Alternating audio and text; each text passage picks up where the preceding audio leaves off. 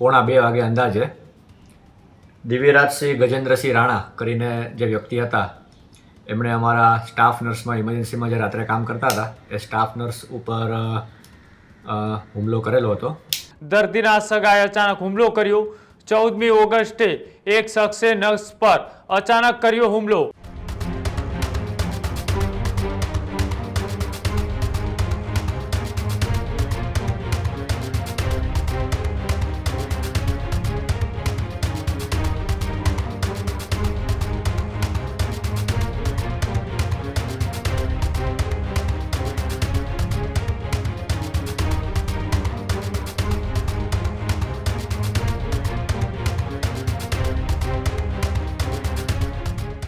આગળ વાત કરીએ સુરેન્દ્રનગરના લીંબડીની અંદર કે જ્યાં આરઆર હોસ્પિટલની અંદર એક ચોંકાવનારી ઘટના બની.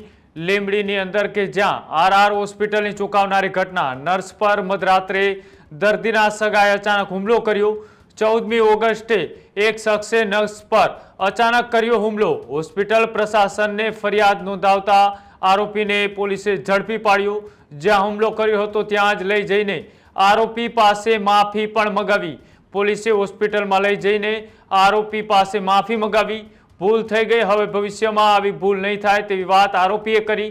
કયા કારણોસર આ નર્સની લાફો ઝીકવામાં આવ્યો હતો, નર્સ ઉપર હુમલો કરવામાં આવ્યો હતો, તેને લઈ પણ પોલીસ દ્વારા તપાસ કરવામાં આવી. આ તમામ દ્રશ્યો એ હોસ્પિટલના સીસીટીવીની અંદર કેદ થયા હતા. ત્યારબાદ હોસ્પિટલ પ્રશાસને આ દર્દીના સગાની સામે પોલીસમાં ફરિયાદ નોંધાવી.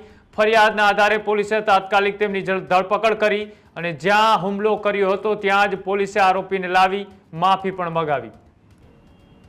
લીંબડી આરઆર હોસ્પિટલમાં 14 તારીખે રાત્રે એટલે કે 2:30 વાગે અંદાજે દિવ્યરાજસિંહ ગજેન્દ્રસિંહ રાણા કરીને જે વ્યક્તિ હતા એમણે અમારા સ્ટાફ નર્સમાં ઇમરજન્સીમાં જે રાત્રે કામ કરતા હતા એ સ્ટાફ નર્સ ઉપર હુમલો કરેલો હતો અને એની જાણ અમને થતાં અમે તરત જ પોલીસમાં ફરિયાદ કરેલી છે અને પોલીસમાં એફઆઈઆર નોંધી અને આગળ કડકમાં કડક કાર્યવાહી થાય એવી પોલીસને અપીલ કરેલી છે. એફઆઈઆર નોંધાઈ ગઈ છે. લીંબડી આરઆર હોસ્પિટલમાં 14 તારીખે રાત્રે એટલે કે 2:30 વાગે અંદાજે દિવ્યરાજસિંહ ગજેન્દ્રસિંહ રાણા કરીને જે વ્યક્તિ હતા એમણે અમારા સ્ટાફ નર્સમાં ઇમરજન્સીમાં જે રાત્રે કામ કરતા હતા એ સ્ટાફ નર્સ ઉપર હુમલો કરેલો હતો અને એની જાણ અમને થતાં અમે તરત જ પોલીસમાં ફરિયાદ કરેલી છે અને પોલીસમાં એફઆઈઆર નોંધી અને આગળ કડકમાં કડક કાર્યવાહી થાય એવી પોલીસને અપીલ કરેલી છે.